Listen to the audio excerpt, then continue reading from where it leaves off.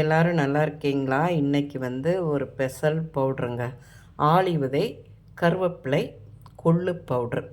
இது நான் தோசை, இட்லிக்கு, குட்டி பசங்களுக்கு கொடுக்கலான்னு சொல்லிவிட்டு எங்கள் பேரங்களுக்கு தோ பொடி தோசைன்னா நல்லா விரும்பி சாப்பிடுவாங்க. அதுக்காண்டி நான் பவுட்ரு இன்றைக்கி ரெடி பண்ணுறேன் பார்த்துக்கோங்க. ஆளி விதையில் ஒமேகா சத்து இருக்குது, நல்லா சத்து நிறைஞ்சது. இதை நம்ம அவிச்செல்லாம் சாப்பிட முடியாது.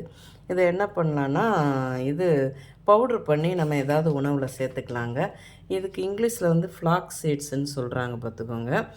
இந்த விதையில் நான் நிறைய சத்து இருக்கிறதுனால இதுக்கு நான் கருவேப்பிலை 2 கப்பு நேற்றே கழுவி காய வச்சுருந்தேங்க. நேற்று பண்ணலான்னு சொல்லிட்டு கழுவி வச்சுருந்தேன். நேற்று டைமில் அதான் இன்றைக்கி எடுக்கிறேன். அதனால் பாதி காஞ்சி இருக்குது. அதுக்கு தேவையான மிளகாய் வத்தல், ஒரு கட்டி பெருங்காயம், வெள்ளைப்பூடை எடுத்துருக்கிறேன். கொள்ளு 1 கப்பு ஆளி விதை எடுத்திங்கன்னா 1/2 கப்பு கொள்ளு, 1/4 கப்பு இது தொளி உளுந்து, ஒரு 3 டேபிள் ஸ்பூன் கடலைப்பருப்பு.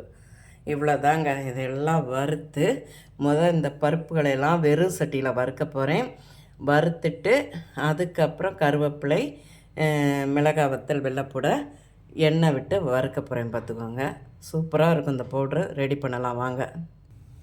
இப்போ ஆளி சட்டி காஞ்சிருச்சு, இரும்பு சட்டி. ஆளி விதையை போட்டு நல்லா பொரியிற அளவுக்கு வறுக்கணுங்க.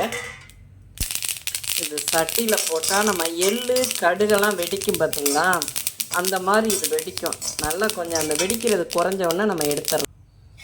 அடுத்து கொள்ளை வறுத்து எடுக்கணும். கொள்ளும் வறுபட்டுருச்சு, இப்போ எடுத்துடலாம்.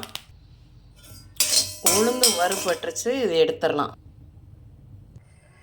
இப்போ மிளகாய் வத்தல், கருவேப்பிலை, பெருங்காயம், வெள்ளைப்பூடை நச்சு, அதையும் இதெல்லாம் எண்ணெயில் பொரித்து எடுத்துருக்கு.